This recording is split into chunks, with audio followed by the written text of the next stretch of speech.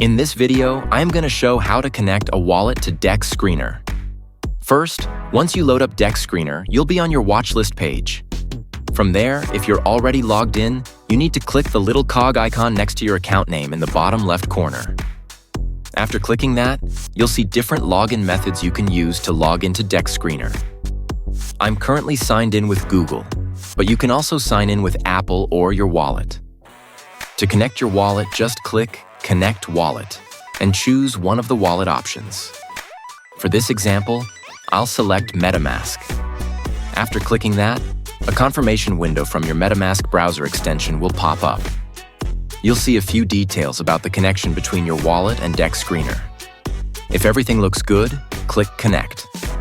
Then you'll need to sign a message in your MetaMask wallet by clicking Send Message, which finalizes the connection between dexscreener and your wallet. If you trust dexscreener, go ahead and click Confirm. Once confirmed, instead of my email address in the bottom left corner, you'll see my public wallet address. And that was it. Subscribe, it's free.